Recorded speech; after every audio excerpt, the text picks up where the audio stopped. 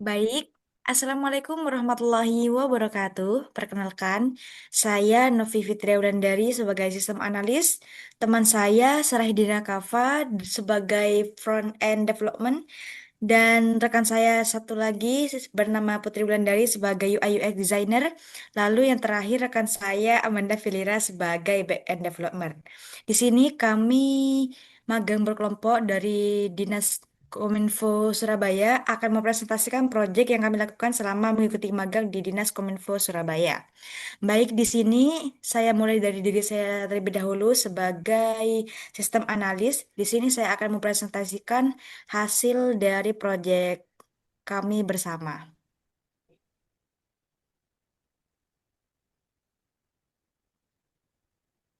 Baik, di sini untuk proyek kita sebagai sistem analis di sini ada analisis kebutuhan sistem website Sigobar, Sinau Komputer Bareng. Nah, di sini apakah sudah terlihat layarnya teman-teman? Ya, sudah. Sudah. Baik, langsung saja. Di sini dari megang berkelompok kita menyusun sebuah website yakni Sinau Komputer Bareng atau bisa kita sebut dengan Sikobar, yakni merupakan sebuah website pembelajaran komputer yang dirancang untuk membantu masyarakat dalam mengakses materi pelatihan secara daring untuk meningkatkan kemampuan di bidang teknologi informasi. Nah, tujuan utama dari dokumen ini untuk mendokumentasikan seluruh proses rekayasa perangkat lunak yang dilakukan selama pengembangan sistem Sikobar. Nah, lalu untuk lingkup proyeknya bagaimana? Nah, itu lingkup proyeknya ini sebuah aplikasi berbasis web yang dikembangkan untuk memudahkan pengguna dalam mengakses materi informasi pelatihan secara online. Dan di sini di dalam website Psikobar ini ada tiga materi, ini ada Microsoft Office, form programming, dan juga materi desain. Lalu di sini untuk fungsi produk, untuk admin di sini ada home yang berfungsi untuk dashboard serta grafik yang menampilkan data pengguna. Lalu ada kelas. Di sini kelasnya ada tiga, Word, Office, lalu Excel dan juga file programming dan desain. Lalu untuk materinya di dalam fitur materi ini ada admin yang dapat melihat kelas, menambahkan kelas dan juga dapat mengubah kelas. Lalu di sini ada juga batch dan juga ada user. Lalu untuk fungsi user, ada home, ada materi, ada kelas, ada view materi, ada kontak as, lalu ada login, logout, lalu dan registrasi. Nah, untuk karakteristik pengguna, nah di sini untuk karakteristik pengguna dari website kita itu ada tiga, yakni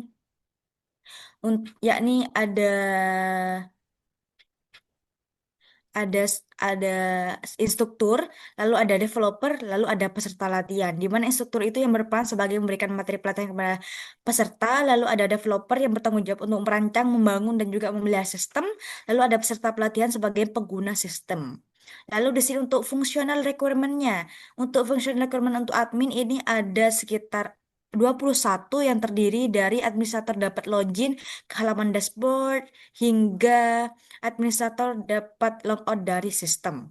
Lalu untuk ada fungsional requirement user itu ada dari user dapat login ke akun pelatihan, lalu di sini juga hingga ke user dapat logout ke website pelatihan. Nah, di sini di fungsional requirement admin di sini sudah terdapat banyak kali yang bisa dilakukan di dalam website Sekobar tersebut. Nanti ini untuk memakan waktu, jadi kita hanya menampilkan saja dan tidak dibacakan. Lalu untuk requirement user juga sama di sini fungsi-fungsi yang dapat dilakukan user di dalam website. Ini ada 22 fungsi. Nah, bisa dilihat sendiri nanti untuk fungsinya karena kita juga akan melihat waktu. Oke, lalu di sini untuk ada use case. Dari use case admin sendiri yaitu ada login, lalu ada melihat grafik total pengguna yang terdaftar, melihat kelas pelatihan, menambahkan kelas pelatihan, mengedit kelas pelatihan, menghapus kelas pelatihan, melihat materi pelatihan, Canva, Microsoft Office, dan programming, lalu menambah data materi pelatihan, lalu ada mengedit materi pelatihan, menghapus materi pelatihan, melihat modul pelatihan, menambah modul pelatihan, mengedit modul pelatihan, menghapus modul pelatihan, melihat batch, menambah batch, mengubah batch, menghapus menghapus batch, melihat data user, menghapus data user pelatihan, lalu log out dari sistem.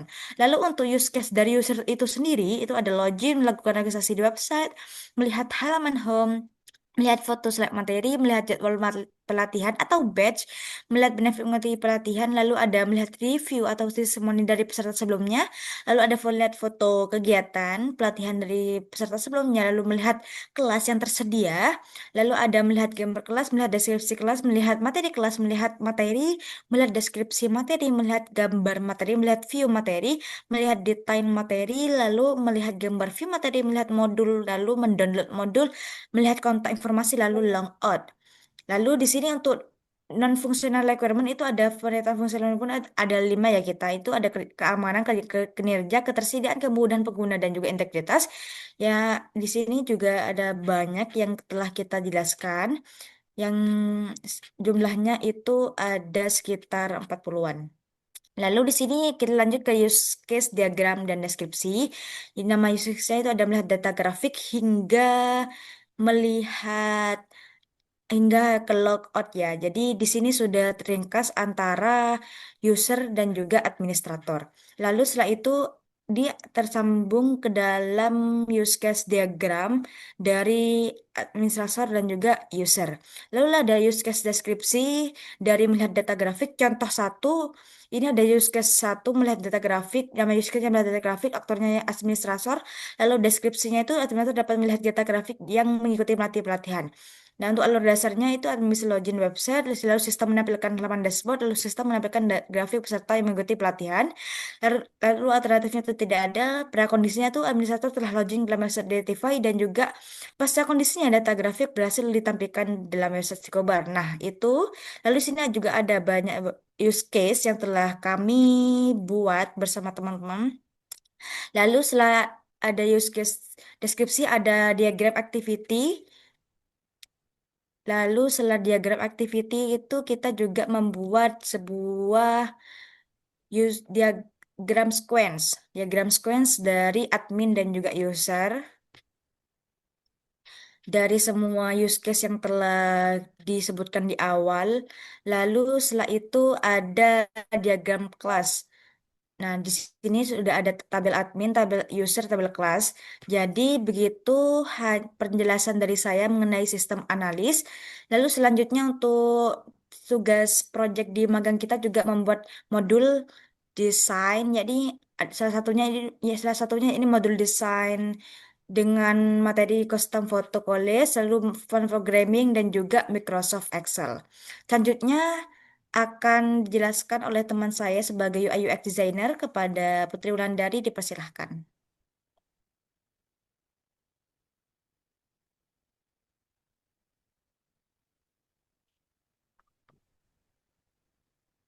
Baik, terima kasih Novi. Izin share screen.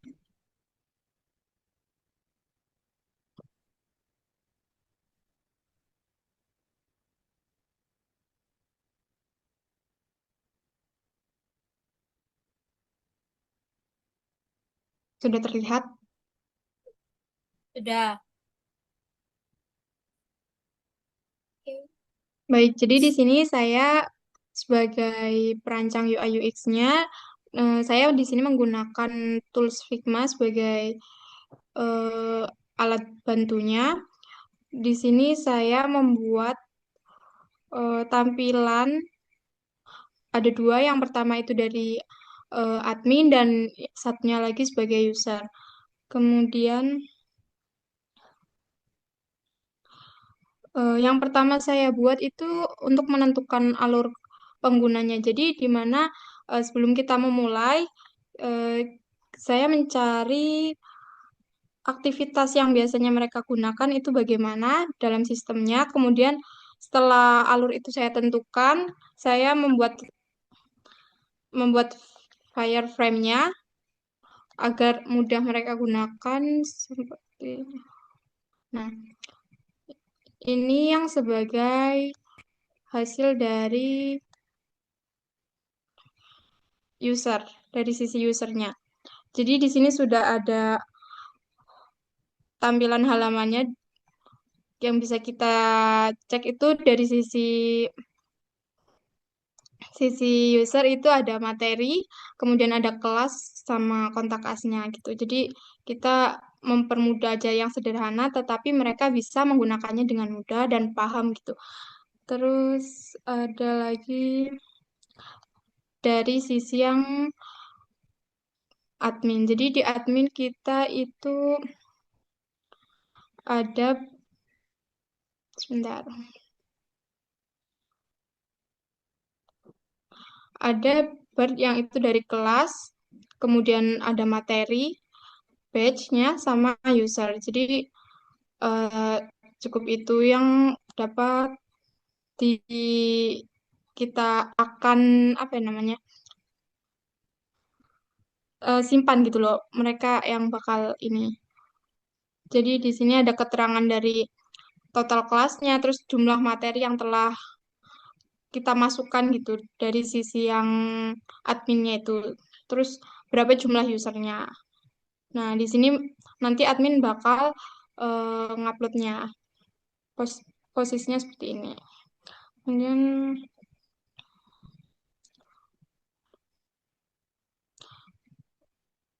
nah sebelum selanjutnya juga saya membuat desain yang untuk materi di webnya. Ini untuk kelas-kelasnya, materinya ini yang pertama ada kelas Microsoft Word, kemudian ada dari kelas Microsoft Excel, kemudian PowerPoint-nya. Nah, ini ada kelas juga dari kelas Canva, terus eh, kelas yang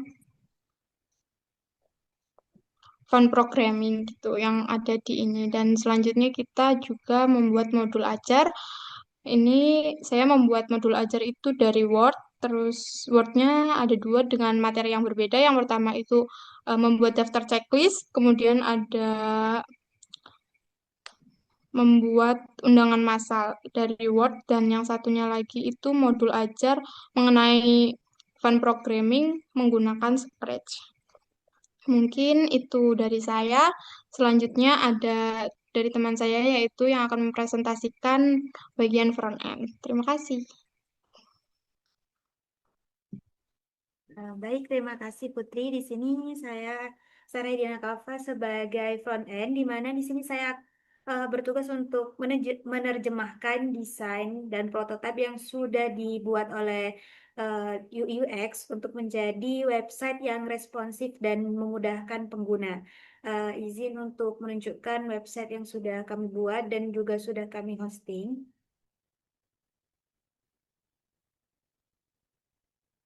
Apakah sudah terlihat? Sudah, sudah terlihat. Baik, di sini saya coba untuk long out terlebih dahulu.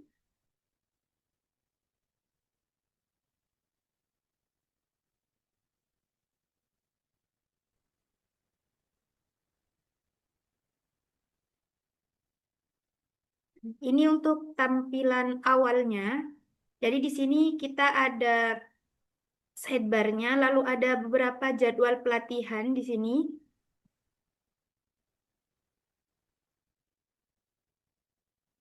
Di sini kita bisa lihat ada beberapa badge sesuai kemauan user, nanti disesuaikan juga dengan kapan bisanya. Di sini ada keterangan pendaftaran dan kapan pelaksanaannya. Jadi untuk mengecek langsung ke lanjut materi bisa dicek di sini.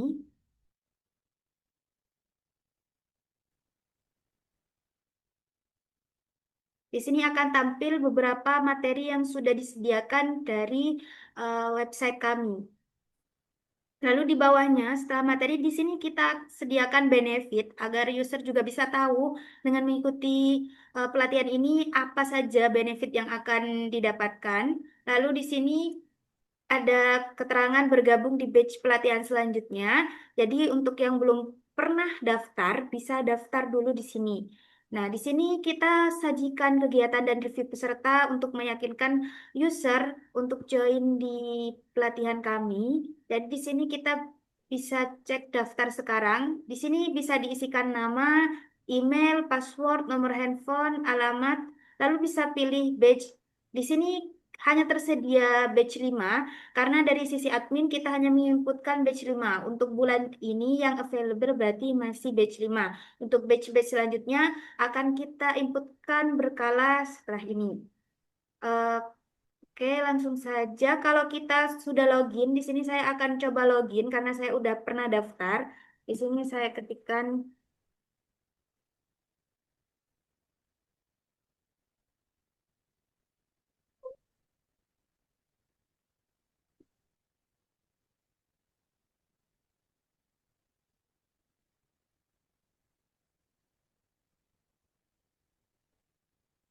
Oke, di sini tampilannya lagi seperti di awal, tapi bedanya ini saya sudah login, jadi saya udah bisa mengakses materi. Dari berbagai materi sini, kalau kita lihat materi, kita di sini akan sediakan detail materinya, lalu modulnya, dan untuk pelaksanaan ataupun penjelasan dari materinya, kita akan jelaskan pada sesi pelatihan offline-nya. Nah, di sini kita juga sediakan kelas. Di sini untuk melihat ada berapa kelas yang kami sediakan. Kalau diklik Word, ada berapa materi. Lalu PowerPoint, ada Microsoft Excel, ada desain Canva. Nanti diperlihatkan beberapa materinya. Fun programming juga bisa kita lihat. Nah, yang terakhir di sini ada kontak us. Jadi untuk eh, user yang bingung gimana untuk menghubungi kami, jadi di sini ada alamat, ada call center, sama ada email.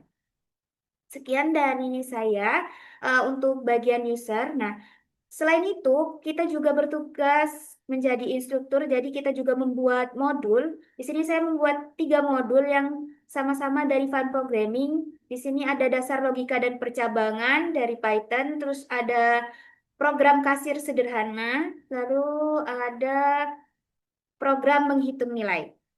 Baik, itu saja dari saya. Terima kasih untuk waktunya. Untuk selanjutnya akan dilanjutkan oleh teman saya dari bagian back end kepada Amanda Felira. Waktu dan tempat kami persilahkan.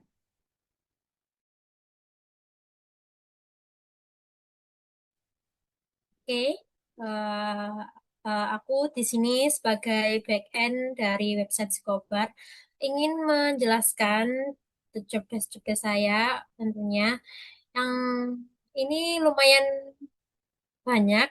Jadi ini saya jelaskan dulu. Pertama, job desk yang pertama itu adalah membuat menganalisis sistemnya itu termasuk kita eh, aku dengan analis itu menentukan apa role-nya dalam web tersebut. Nah, di sini kita menemukan dua yaitu admin dan user. Admin itu adalah atau bisa disebut juga instruktur. Nah, instruktur itu yang apa me- mengedit CRUD tentunya di bagian admin.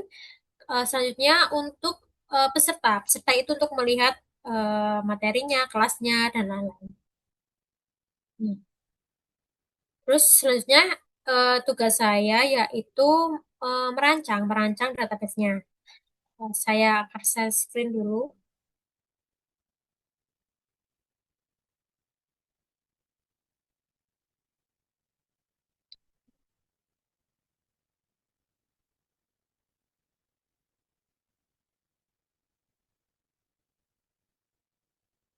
Apakah sudah terlihat share screen-nya? Sudah. Oke. Sudah. Di sini rancangan database-nya yaitu ada 4 database-nya. Ada 4 yaitu ada materi, batch, admin, kelas, dan user. Nah, untuk penjelasannya tadi itu sudah dijelaskan cukup jelas oleh tim analis, yaitu Novi tadi, jadi saya nggak perlu menjelaskan lagi. Nah, selanjutnya itu saya membuat koneksi database-nya di codingannya atau di file PHP-nya. Oh ya, sebelumnya kita itu menggunakan bahasanya PHP dan database-nya SQL. Oke, selanjutnya saya akan share screen di bagian codingannya.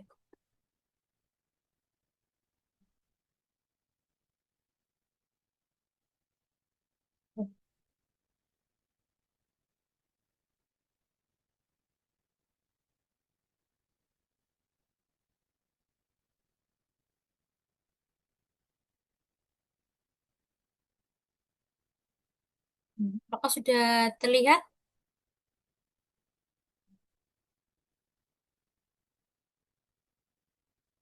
Apakah sudah terlihat, teman-teman?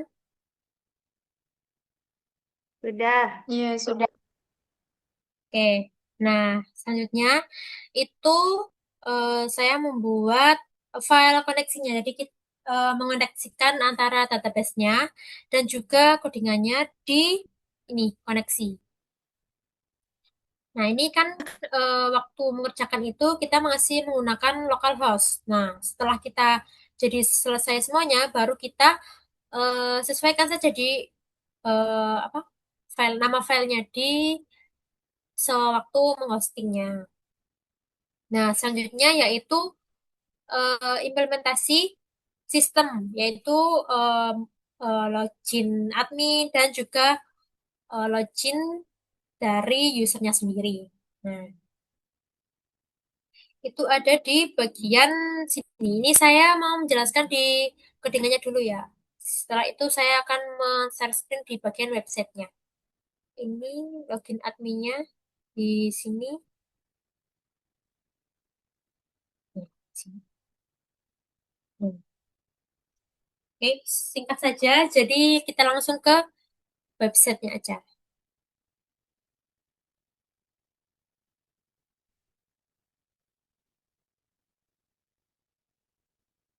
Oke, selanjutnya di bagian websitenya.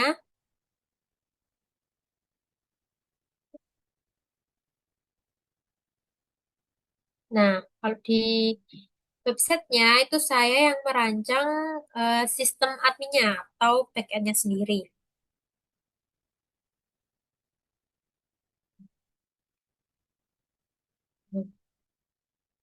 Lalu untuk yang tadi login logout itu di sini. Nah, ini login adminnya. Saya udah login.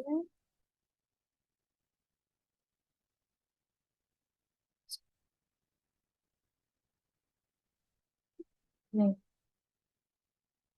udah kelihatan belum ya share screen-nya ini kok? Sudah. Udah kelihatan nggak guys? Udah ya? Ya. Oke. Di sini tadi kita udah berhasil login dan tadi udah sempat logout juga. Terus selanjutnya itu CRUD admin, create, edit, read, write, ed- edit, delete.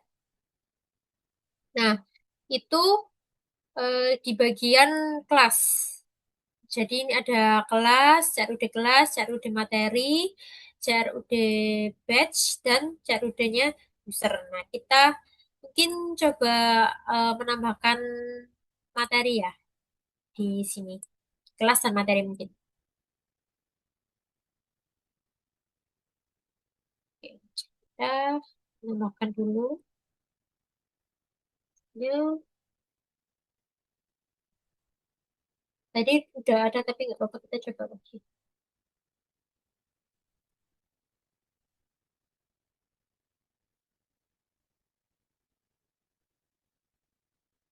Untuk kelasnya tadi sebentar. Kita pakai file bebas mungkin nih. Sebentar.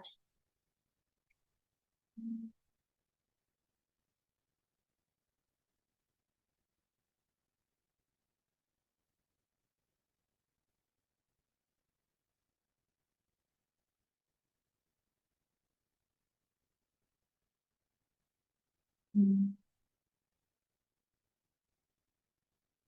Oke, kita coba masukin.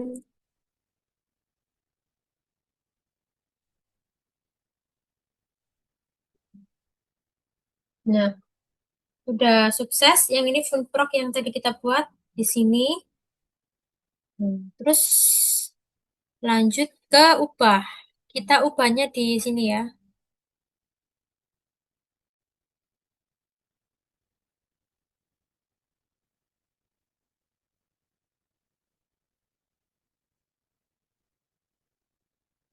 Oke, berhasil diubah di sini. Terus selanjutnya kita hapus kelasnya.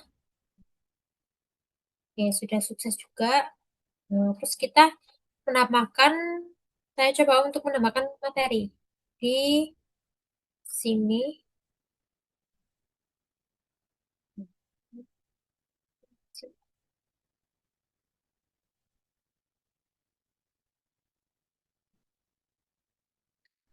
Di kelas Word.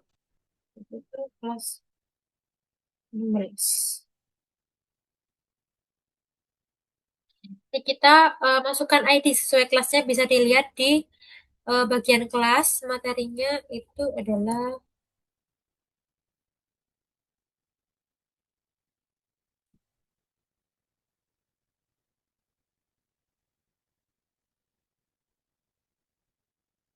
ini saya buat sebagai contoh saja.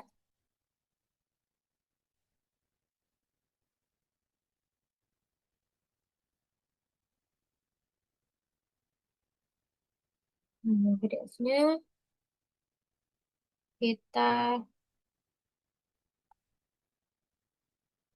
hmm, punya di bagian sini.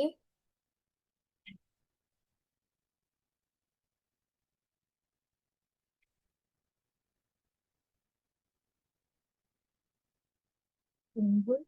Nah, sudah sukses. Nah, setelah itu ini muncul di bagian sini.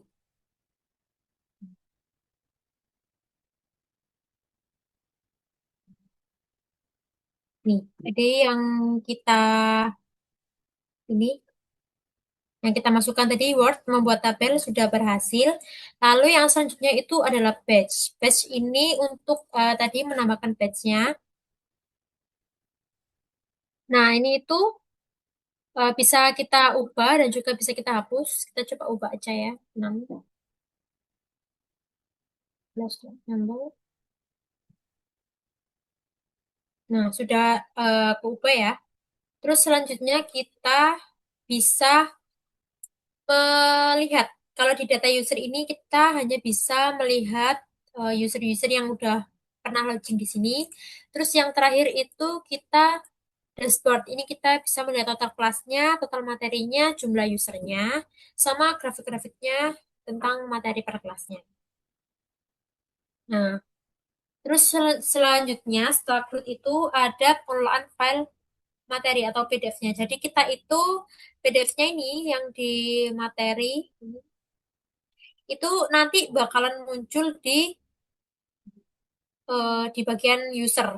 Coba kita cek di usernya mungkin.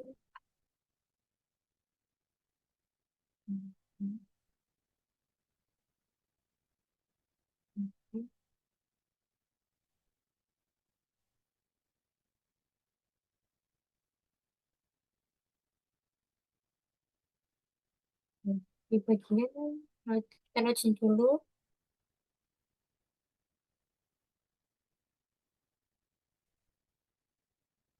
Nah, di bagian yang tadi bagian ini. Nah, kita udah berhasil memasukkan modul di sini. Kita bisa lihat dan unduh juga itu dari yang di sini dihubungkan. Nah, selanjutnya itu kita saya juga mengintegrasikan data ke halaman usernya itu termasuk juga seperti ini. Materi-materinya yang udah dibuat itu bisa muncul di sini. Nah, ini kan kita kan ini ya, ada selanjutnya yaitu di pengujian website ini. Kita mengujinya masih manual, yaitu dengan menentukan CRUD-nya itu sudah berjalan lancar atau belum. Lalu datanya itu apakah sudah tampil sesuai yang di admin. Dan yang terakhir itu file yang PDF-nya materi itu apakah bisa diunduh dan juga bisa dilihat dan apakah sudah sesuai dengan materi yang sudah kita masukkan di admin. Lalu yang terakhir yaitu ada hosting dan deployment website-nya. Itu kita menggunakan domain psikobar.me.id.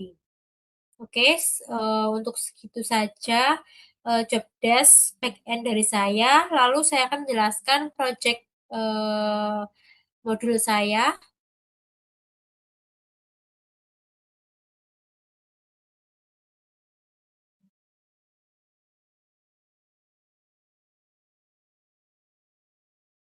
Apa sudah terlihat? Sudah. Oke, di sini Sudah. ada project modul saya. Salah satunya adalah fun programming. Saya membuat 3 ini sebagai contoh. Satu, saya share screen. Nah, seperti ini.